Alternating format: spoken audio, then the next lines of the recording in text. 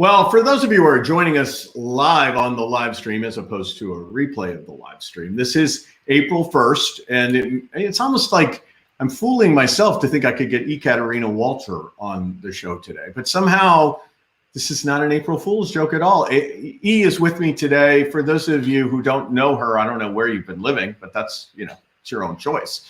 I have been so privileged to not only know this incredible thought leader, but also to have worked side by side with her.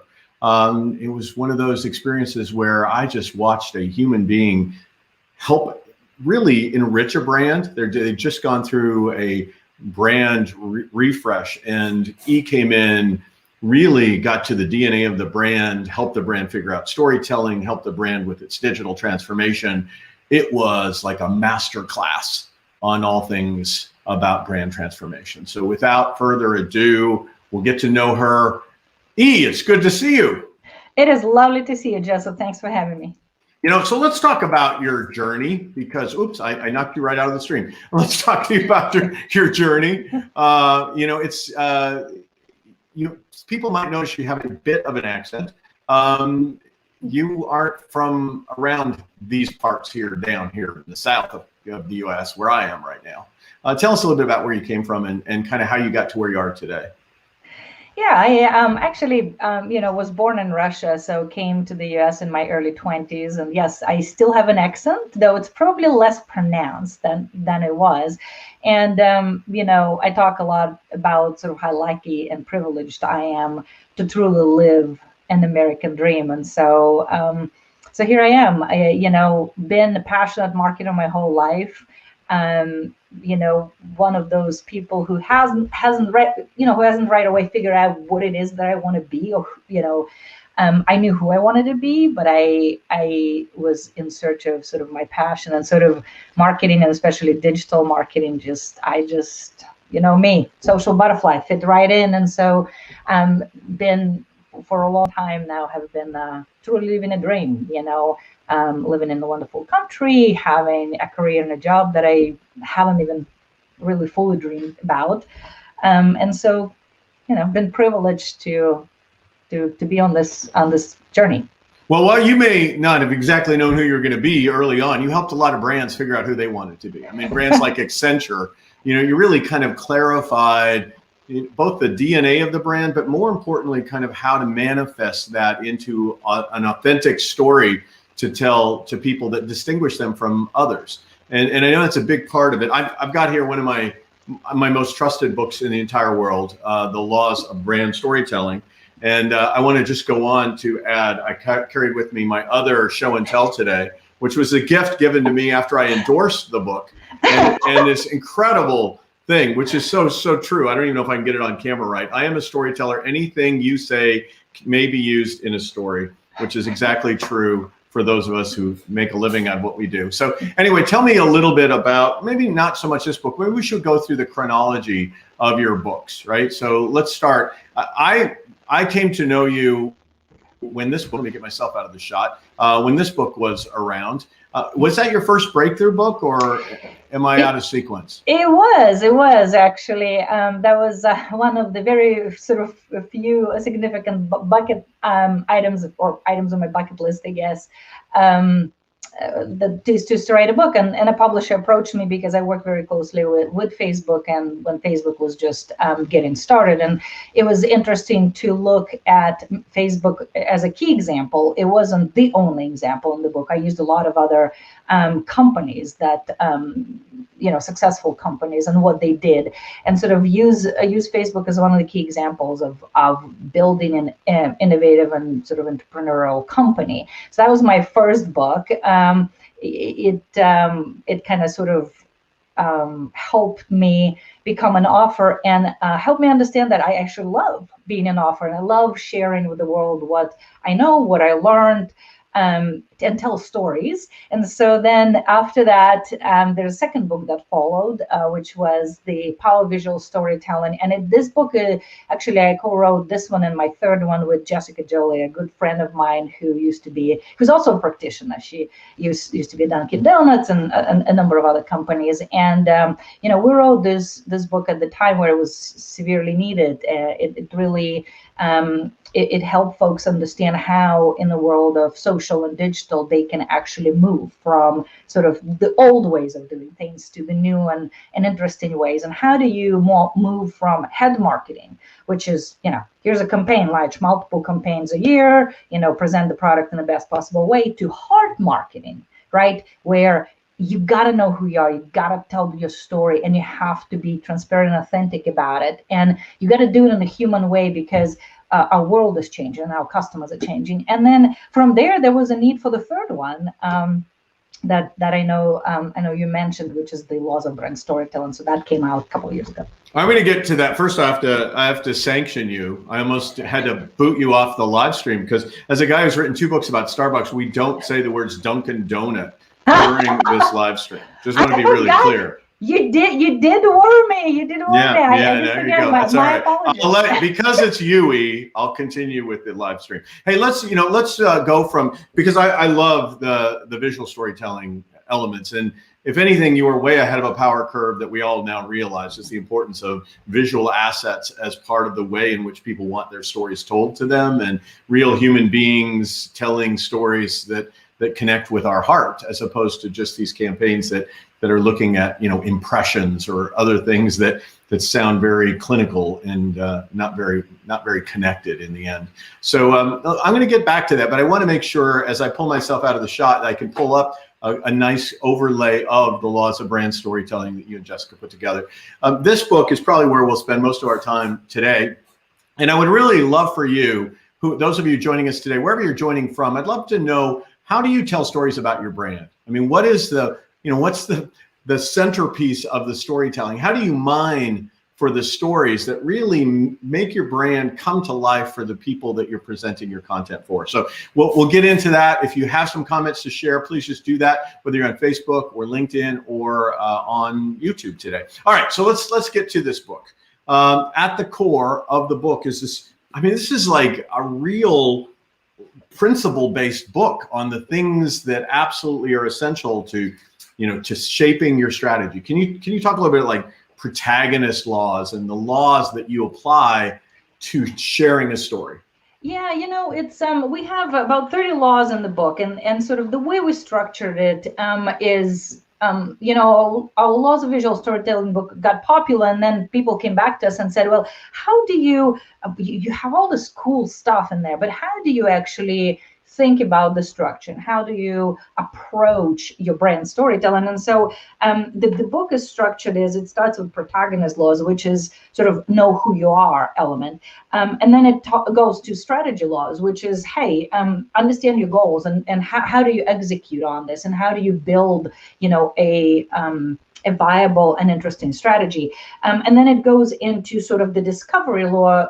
And that is important, because a lot of brands, even though they feel like they've been around for a while, they're not cool enough, right? Or their products are not cool enough. And we talk about how do you find and mind your stories. And then the fun part, which is crafting your story. And that is sort of the story making laws. And how can you present yourself? How do you present yourself, your values, your product, your employees? How do you build communities, right? Because it's not about you anymore. So you got to shift that sort of focus. And then there is, very sort of practical, which is the channel laws, how to use different channels to present and create your story.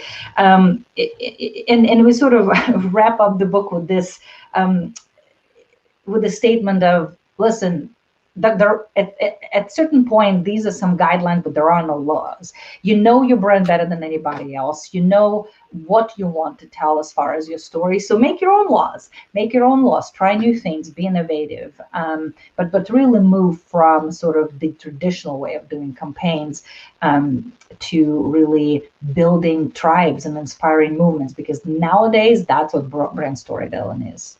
So I was a huge endorser of this book. I mean, when I read it, I was like, where has this been? And my goodness, I can't wait to get this to my clients. And I literally would have these long discussions with clients about their origin stories. And I would try to get them to really articulate where were their micro stories and where were their macro stories. It just really had a big impact on me. But I got to tell you, this last year, all of us have been trying to figure out, how do we not get tone deaf in the way we share our stories and communicate things that connect with human beings in a not overly self-promoting way when so much pain was in the universe. So I ask you kind of to think about and help us all understand brand storytelling and COVID-19, and maybe we're peeking out of the tent a bit and looking at a post-pandemic world. Are we changed as a result of that and the way we tell stories? Oh, Joseph, we absolutely changed. And not only that, a lot of things will never go back. There's no going back. And so, I tell people when folks say, well, what is a definition of brand? And to me, a brand is the sum of interactions, real or perceived, right? Which is very important, real or perceived, that a person has with the company across all touch points. And so if we look at brand storytelling as sort of a core element, it goes back to the heart of building your communities, building a set of ambassadors and people around you and customers who believe in you, who know who you are, two, believe in you, and three, are willing to have a relationship or communication with you, right? It doesn't have to be a tight relationship like the best of your fans do, but it is a human to human relationship anymore. And so what COVID has sort of done for us is brought that to life even more. Right? It's not marketing anymore. It's, customer experience is the new marketing. It's not your brand message anymore. It's that video of your CEO being transparent about why layoffs are happening or what you want to do as a company, as a brand, and what you're going to do for your customers. It's the utilitarian marketing. It's not entertainment, but it's that utility and value that you bring to your customers. And sort of the list goes on. Well, I don't know. I want to arm wrestle you for a second because when I define customer experience, I say it is the sum total of perceptions of a customer across all touch points with the brand, right? So in many ways, it's interesting because then I get into branded customer experiences, right? So some people are on brand or off brand at some of the most significant moments of truth across that customer journey. But the irony is, whether you call it customer experience or brand, it is the final output of a perception, right? Correct. Like, what kind of experience did I have with that brand, right? Mm-hmm. We're in the perception business, all of us in business, right? Right. And that's where, you look at realities like COVID. Crisis really shows you who you are, right? Crisis really highlights your strengths and your passions as a brand versus your shortcomings, right? And so when you look at that and you go, well, we need to redefine our brand values and our brand guidelines. And what I say is you have to actually develop a brand authenticity playbook.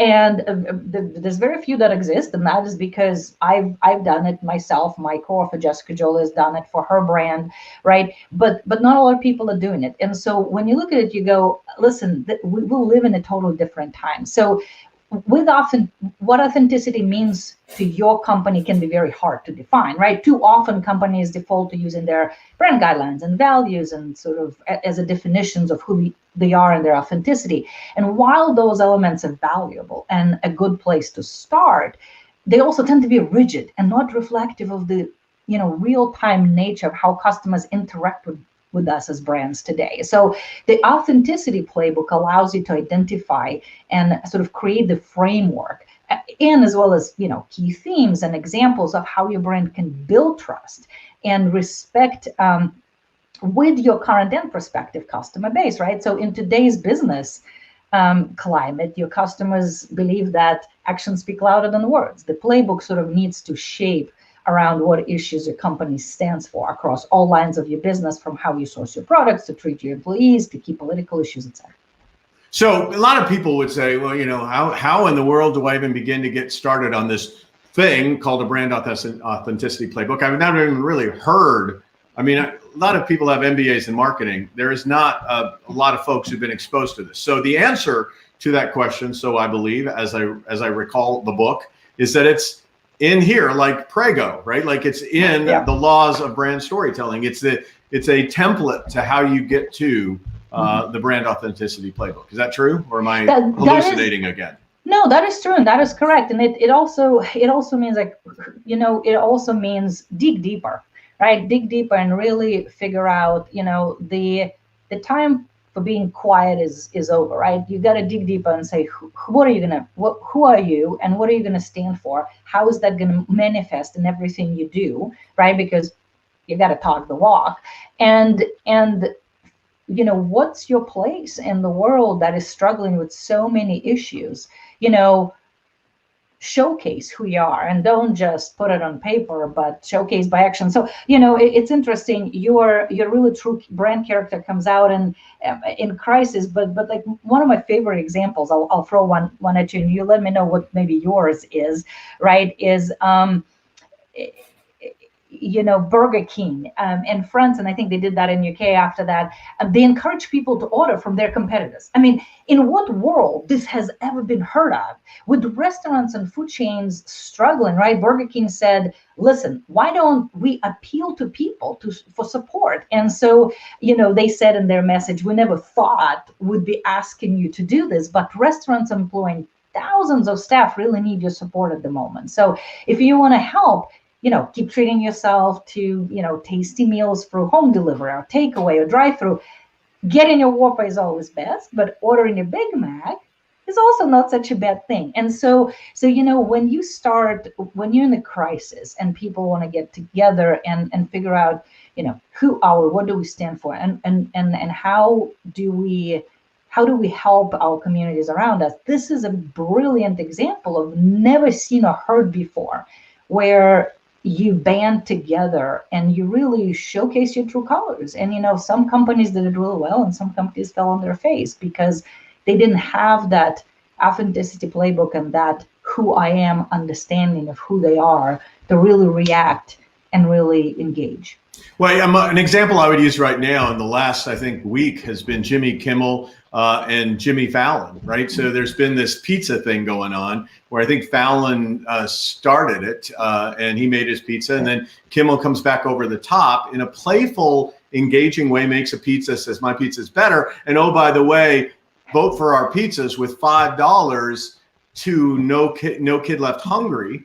And just send your $5 and enter your vote in a hashtag. So I find that to be another example where maybe it wasn't as collegial as go buy from them. It's more like, let's playfully, which is the spirit of their brand, be competitive in a way that does greater good than harm. I think there's so many examples out there where people did kind of get it, that what is the source of their brand? For them, playfulness. For others, it's that we're not uber competitive to the point we're going to put our force against someone else. So yeah, I love that. Let's talk about a couple of other things that you alluded to it earlier, but I don't know, given it a fair run here, which is this notion of it's about the brand versus it's about the customer experience. And I think there's a lot of internal focusing on brands that sometimes forget about why brands exist. Can you take us a little bit down that rabbit hole? Yeah, I think, I keep saying customer experience is the new marketing, right? Customer service is the new marketing. And that is so true because, it ties back to sort of utilitarian marketing, right? Utility versus entertainment. But I will tell you in this case, a lot of brands actually are created. Even if you look at the org structures, right? They have been for decades and just years and years positioned as internal looking, right? They are organized based on how do you support our product lines, and how do you support a look, sort of looking inside as far as comms goes and marketing goes. Now there has been a big shift to how do you actually truly become customer centric. It's funny, but for years, customer centric was this thing we talk about, but it's just for inspiration and not for execution. Well, what happens now is customers have, in the age of infobicity, they have so many choices. Your product can be copied. Give it a couple of months, somebody else will have your product. What cannot be copied and what cannot be easily recreated is how you provide the experiences to those customers, right? And so when you look for everything, it's from sales and marketing to product creation, to product packaging, to delivery, to how you treat your employees, to the whole idea of customer centricity. It actually touches every single one of your departments, right? And the idea is, when you design something, you design it from customer first. So if I'm a customer and I'm calling you, right? I should be able to get answers immediately. I should be able to get a hold of whoever I want to get a hold of. I should be able to find information I'm looking for. And it's funny because the way the companies are designed is to actually silo all of those things, right?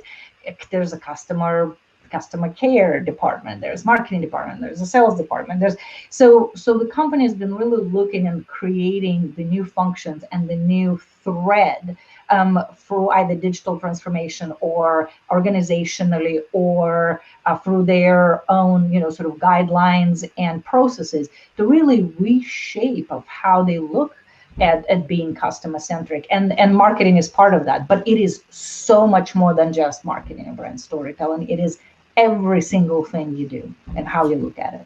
So I really love our technology that enables us to be together, E. But I love that I can still see your hand gestures. But I gotta tell the audience a kind of inside baseball story. I was in a conference room, must have had like 20 whiteboards all around the conference room, and E was being was talking about the digital transformation, and she was engaging the audience and pulling their threads. And every single whiteboard across the room had been written on, and it looked like elaborate math formulas that, just the way your brain works in terms of the energy, the excitement, and the ability to pull together disparate threads is what I think enables, the books to be great, but also to really effectively help brands digitally and in their marketing space transform themselves. And part of it is, I think you've been just a great student of the trends. So I'm going to put you on the spot.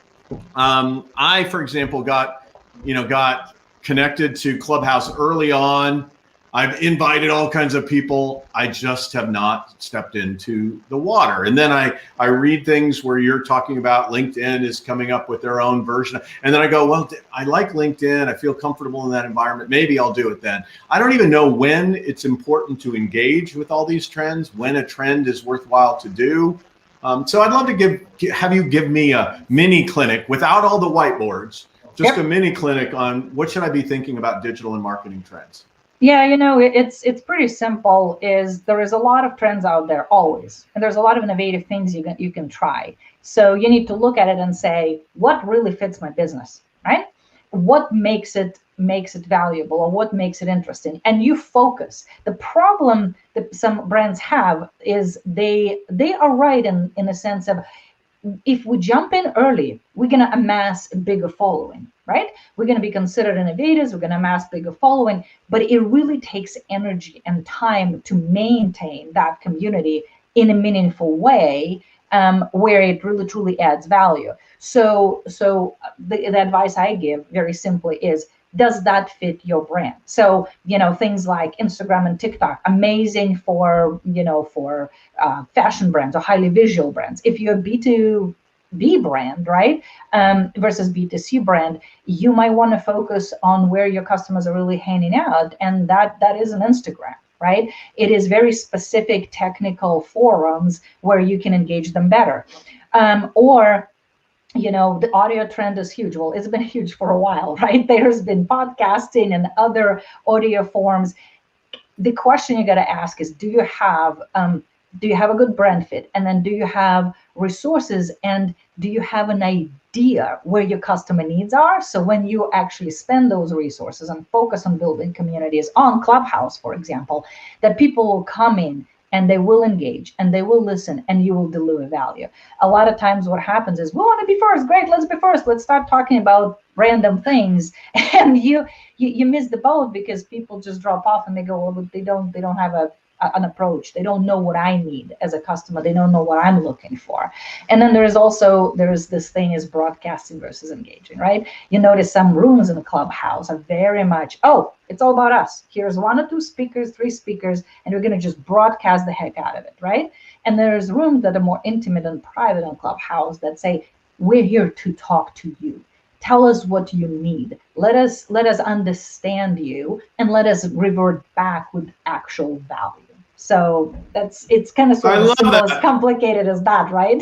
I love that. I used to say that, if you go to certain chambers of commerce meetings, everybody's just passing out, their business cards, now maybe just digitally, but, and nobody's listening, right? Like everybody's talking, everybody's selling, nobody's buying. And I think that happens in a lot of forums where we think it's more about being interesting instead of being interested. So an art of this is really to understand your consumer. Again, it goes right back to the full circle, right? That we need to listen before we engage. Well, and Joseph, extension of that, you and I talk about it all the time, right? Like it's in your book, A Stronger for Adversity, right? You say, and I absolutely love it, right? Being technology powered and human aided, right? Like think about it. It's one of my favorite things, right? Technology powered and human aided. Forget technology and forget, here's, our brand has this 3 spokesperson, right? Like, and that's all we got and all those limitations. But take that, what you just said, one step further, human aided. Why not empower your own employees? Why not empower your own customers to speak on your behalf, right? Why not create their own TikToks and their own stories? I mean, how many stories do you have as a brand versus imagine the millions of stories your customers have, and then imagine other thousands of stories, depending on how big you are, your own employees have. So imagine empowering that. But the thing is, we're afraid. The brands are scared and we're afraid. So being technology powered and human aided, as a brand, give that base, right? Whether it's tech, whether it's processes, or whether it's information, give that base to people who would speak on your behalf so much more emotionally, so much more authentically than you ever will, right? Don't be scared. In here, you talk about Zappos, and you know that I wrote about Zappos, and God bless Tony Shea, bless his soul, but in his glory days, Tony was way ahead of that power curve. I mean, they did courses on social media, which basically says, use good judgment. Here's how you create a Twitter account, right? Like there was an encouragement. They knew that people were going to speak anyway about what they spend most of their day doing. So why not create an environment where they're going to have a lot of positive stories to tell, and then just tell them, use good judgment. I mean, if it's not the kind of thing you want to show up 10 years later reflecting on you or on our brand, you probably don't want to, you want to think about it before you hit send. Well, and Joseph, even their customer service, right? Let's go back to customer centricity, right? Real, true customer centricity. You could call Zappos and ask them about where to get pizza closest to your location. I mean, this has been a case study and an example discussed everywhere. And their customer service will stay online with you and help you. It doesn't matter what inquiry you have. It's funny. You probably remember that Tony did actually tested it, right? When he's like, my customer service is in parallel, and people laughed, and he's like, no, let's call them and ask them a question that's not related to shoes.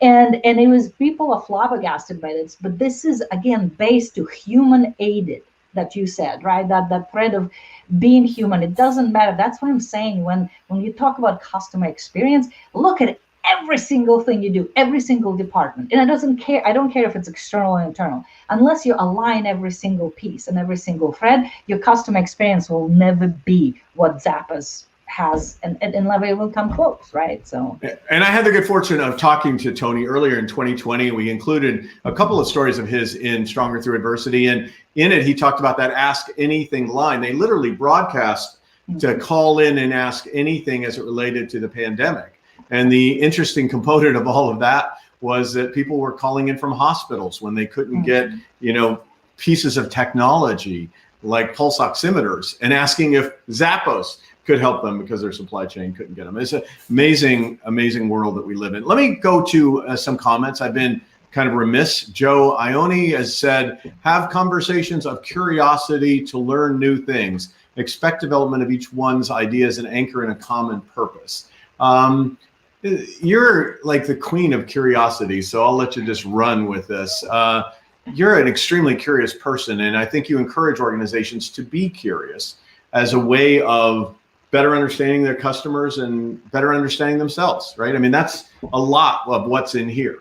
Right. It's interesting throughout my years, throughout my career and multiple years, I've been in professional environment. I've taken a lot of strength finders, right? Those tests to figure out who you are and where your strengths. Every single time the word learner comes as number one. She's a learner, right? And I think that's what personally aided me in creating a career that I have right now. I consider myself an intrapreneur, right? Being an entrepreneur in an environment that's already, run in a specific way and finding new ways and innovations. And it's the same for brands. How do you empower your people, and how do you create a structure in the culture to have that curiosity, and how do you not squash it, right? Because as an employer, you're going to be, you're only as good as you're treating as what you're allowing your worst employees to do, right? So it's I think the reality of a culture plays a lot of huge roles in how we look at innovation, Joseph, right? So the comment about curiosity is a huge one, because when you mine your stories and when you try to understand your brand, it's not 5 executives sitting in the boardroom. It's all of your thousands of employees or hundreds of employees coming together and saying, who are we? It's like Zappos when they said, here's our cultural values. They created those in a crowdsourcing way, right? But again, people are afraid, or people want to do something quick and fast. And then that's why you have marketing campaigns that are tone deaf, because they didn't run them. They didn't have people who needed to be involved, right? It's so when you look at curiosity and empowering curiosity, you gotta hire people for passion. You gotta hire people for curiosity, and you have to empower them, because skills can be taught, but passion can't. And that's in the core of everything and every single success. And I don't care if it's marketing or not. Somewhere in your social media stream, I remember reading that your brand is in trouble when your passionate people become quiet. Correct.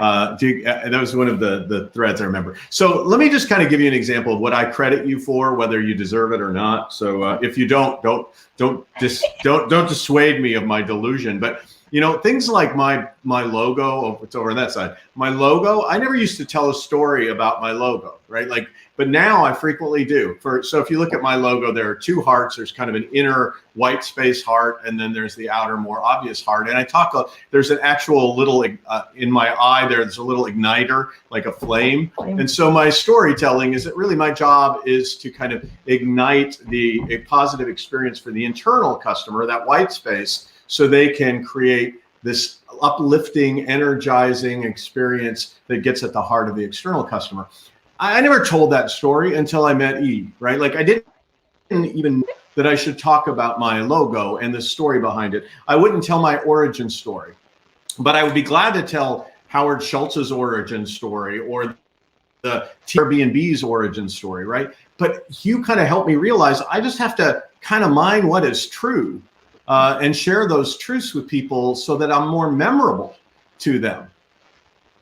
You are a true innovator, Joseph, and it's been such a pleasure to know you as a friend and as a colleague. And it's that's when I looked at your logo, that's the first thing that sort of came up, and I was super excited and when I saw it, because both igniting of it and the heart, right? That really speaks to really how you innovate and how do you ignite a passion behind people's brands, and how you help them understand who they are, right? So I love the fact that you're telling your story, because this is sort of your space. This is where you live in, and I feel like nowadays, especially now, people do need to reignite their brands and their passions and their purpose, right? And you kind of feel like after a while they still kind of live their purpose, but a lot of times it kind of goes on becomes secondary. And I love how your storytelling. Obviously, I always say the most powerful form of brand storytelling is when customers don't recognize that they're being marketed to. And I think what you do and what you help brands do is exactly that. And this is very, very unique. Not a lot of people. Not a lot of people do that well. Not a lot of brands do that well. All right, so let me run to this conversation that you've had a little earlier that we didn't get too far. It implies, I use the word heart, it's in my logo, but what does it really mean to be a heart marketer? I mean, what does that literally mean? So I tell people 4 things, right? I say if you are only taking something small with you, take those 4 things. One is you got to move from head marketing to heart marketing. So that means I'm sure your products are great, but your customer wants to know who you are and what you stand for. They want to align themselves with your purpose and your why. So when we talk about sort of mine your stories, really understand your origin, tell those stories, open your kimono. Heart marketing means opening your kimono, Joseph, and really showing people the world, behind the scenes world, really showing them the raw you, right? Without all this extra marketing fluff. So from head marketing to heart marketing. Next to it is my number 2, which is from story to action. For God's sake, walk the talk, deliver on your promises and values, and really walk the talk. And then from there, you go to, you got to go from marketing to customer experience. We talked about that, right? Customer experience is the new marketing. And the last one is that if you do those things, it'll allow you to go from brand centric to customer centric. But everything you do, you got to remember, it's not about you, it's about them. So to me, heart marketing kind of encompasses all 4 of those things. All right, so I am a super lucky person. I can contact E and she gets back to me and all that. But most people can do that too, really, yes. Right? I mean, people just have to head over to your website, and when they do, then what are they going to have opportunities for, right? They're going to have opportunities for presentations. We're coming back in the world of keynotes, people. I've got a bunch of them scheduled here in the very near future. I'm going to be in rooms with people. It's crazy for me. But what else might they be exposed to? There's a lot of virtual things, right? There's a lot of virtual events. We're really pivoting to virtual events. So whether you're in a room with people or in a virtual room, it's that's the same human experience, right? I'm actually very, very accessible. I'm on LinkedIn and on Twitter, and if you tweet at me, I'll respond. If if you connect with me, I'll respond. You can connect with me across my website. So I am just passionate about what I do. So if you want me to tell the story, I would love to engage with you and tell your story and help you shape and tell yours. But that's where I'm doing a quick recap on some of the comments. Ekaterina is so true. There's an old Sioux saying, the longest journey is from the head to the heart. Topic, and thanks for your contributions, Ekaterina. So there you go. I guess you must have made some kind of connection out there somewhere. Who would have thought it? All right, let's go to the final lightning round. Got a few minutes for a lightning round with you today. I'll take myself out of the stream. Oops, I put myself in the stream. Got rid of you. I don't want to do the lightning round. That's the last thing I want to do. This is hard stuff. This is a lot about opening your kimono. So there you go. Here we go. Here's some. These are not very embarrassing kimono moments, but once upon a time, you had a very special German Shepherd, and unfortunately, that transitioned about a year ago. You want to talk a little bit about your former puppy? Yeah, my lovely Stella. We loved her. She was 5 when she passed away. Quite suddenly. We didn't expect that, and so it's been a pretty hard moment for us. And it happened last year. So with COVID and everything else, it was just a pretty hard year. But I'm a dog person. Love dogs. I grew up with Germans, and I've had all kinds of dogs, but this is my new love. Her name is Akira. We call her Kiki, and she's 4.5 months old. And so a couple of months after losing Stella, my daughter and I talked about it and discussed it, and we decided we'll bring a new member of the family home. So yeah, this is a reason to join you on social media, frankly. I mean, this is the only reason that I follow you anymore. No, I'm kidding. I mean, she is like a star. She's like the cause celeb. Fair warning, everybody. You'll have a lot of puppy pictures. It'd probably go back to a little bit of a less regular scheduling program when we start traveling more, and I'll get busy. But as we're at home, I'm shooting. It's funny. I don't have a ton of puppy pictures when we had Stella, so I'm literally going overboard. Randy. So you're making up for it. Yeah. Right. Poor Akira has to learn to pose for me. So she's been well, since you mentioned very her, high energy puppy. So you would love to know, Joseph, that she fits our family. Good. I'm glad to hear that. Since you mentioned her as a part of your committee on approving Akira's existence in the family, let's share this little thing. Yeah, this is just a special kid you got, right? Oh. You want to talk a little bit about her? And this note just got me. I thought, man, she's starting early to be a life-changing force. So I tell you what, so she just turned 12, and my daughter is a mini-me. So she, just like I do, loves quotes. I have backs right here, books back. That's a different collections of quotes, and I revisit and look at them often when I need sort of wisdom. And it's interesting. She started her own book of quotes of other people. And I flipped through it one day and I noticed her own quote, that's hers, right? It says, many people can change your life, but the one person who can change it for the better or worse is yourself. Make choices you believe are better in life and never doubt yourself. So that was the moment for me, for such a busy mother. And of course, my husband's super supportive. He works and we just kind of juggle the whole balance of life, which is a challenge for everybody. And I thought to myself, my goal in life was to raise a confident child. And when I saw that quote and when I read that, I probably cried. For sure. And I thought to myself, hey, I think I'm doing something right. Yeah, I mean, to be honest with you, don't give yourself credit for too long, having gone through complete adolescence. It doesn't last, but when you get those moments like that, where you see somebody coping, adapting, looking for ways to inspire others, man, that's kind of weird for adolescents, I'm telling you. Okay, let's and since we mentioned him just in passing, I guess I should say Brian, right? Mm-hmm. I mean, Brian is, you guys have been together forever and you're so young. I don't even understand how that could be possible. It's all the magic. It's this filter. This is the benefits. This right here is the benefits of digital technology. No, so we've been together for almost 20 years, and it's interesting. I was on stage at a sort of a female empowerment event, right? And the last question people ask is, who's your idol? And I was the last to answer. And you hear things like, the presidents and Dalai Lama and Mother Teresa. And these are just insanely inspiring people. And my answer was simple: my husband. And people got super quiet. And the answer came, the question came, why? And I go, well, because the fact that I'm sitting here on stage with you, and I have, a dog at home and a daughter and all these things that somebody has to hold the fort down.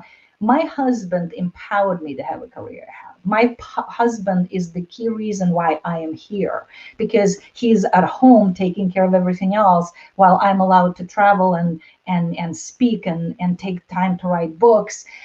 So to me, this partnership and this support system has been invaluable, especially in the last year. We've got to reacquaint, with each other real well in the past year. My husband's been working from home, and yes. Yeah, this is my final thing. I'm wrapping up with what I know is, it's not necessarily Hershey's that your favorite. It's all things chocolate. So I just want to make sure I didn't leave this out, because I'd feel remiss if I did. All right, so let me get out to the website one more time. It's still there. You can see it on the screen. Ekaterina Walter. Please reach out to her.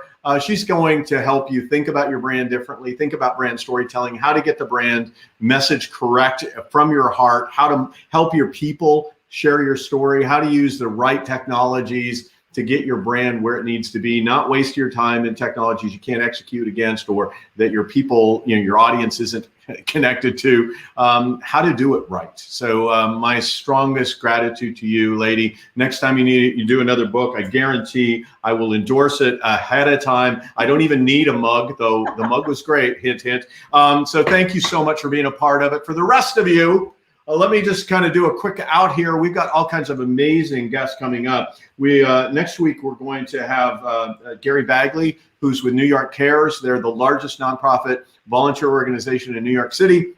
They were at the head of the spear during COVID. He's going to share with me kind of how do you empower people? How do you encourage them to support your efforts as opposed to some kind of requirement to make them do that. And then the next week after that, we're going to be pulling from South Africa.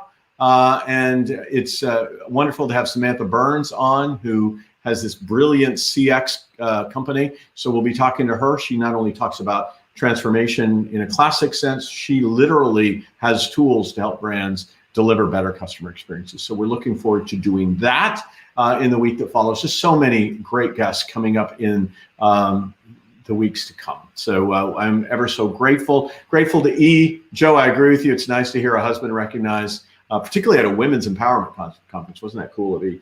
All right, so enough of that. I am so grateful to you all for being a part of the show.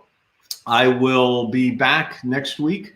We're pretty regular. I think I told you that some of our guests are getting back into life in ways that they could schedule something before their schedules got really hectic and they could get paid for the time that they would otherwise volunteer with me. So we're seeing some shifts a little bit on the schedule, so it's a little more fluid, but we're trying to stay really consistent on the 12:30 Eastern Thursday time frame to do the live streams. I think there might be one up ahead where I'm going to not be available at 12:30 Eastern, but for all practical intensive purposes, we're going to try to continue this, maintain guests wherever possible, and if a guest can't make it, we'll reschedule them for another time, and we'll come up with a topic, hopefully engaging to you as well. So I thank you again. If you like the show, a couple of things you can do for us is share it with someone else, join our LinkedIn, or join us on YouTube. That's an awesome opportunity if you just subscribe to the channel. For those of you who are not on our newsletter list, as a way of trying to get you to do that, I wrote a brief ebook about the latest book I wrote, Stronger Through Adversity. You can get that on the website, complimentary. Just love to have a way to create a relationship with you. So if you think that's of value, please go ahead and connect with us and download that and get on our newsletter list. We write a newsletter once a month. We try not to be real intrusive. We don't sell a lot of stuff, really. We sell a book every couple of years, and if people need us for a keynote, we're available for that. And if people need us to help consult and transform their business, we're available for that. But we're less about selling and more about sharing what we know, and it's worked for us. So we're going to keep that going. All right, thanks very much. Have a fabulous, fabulous week. I look forward to seeing you same bat time, same bat station for our next live stream. Have a wonderful, wonderful week wherever you are, and may you stay safe.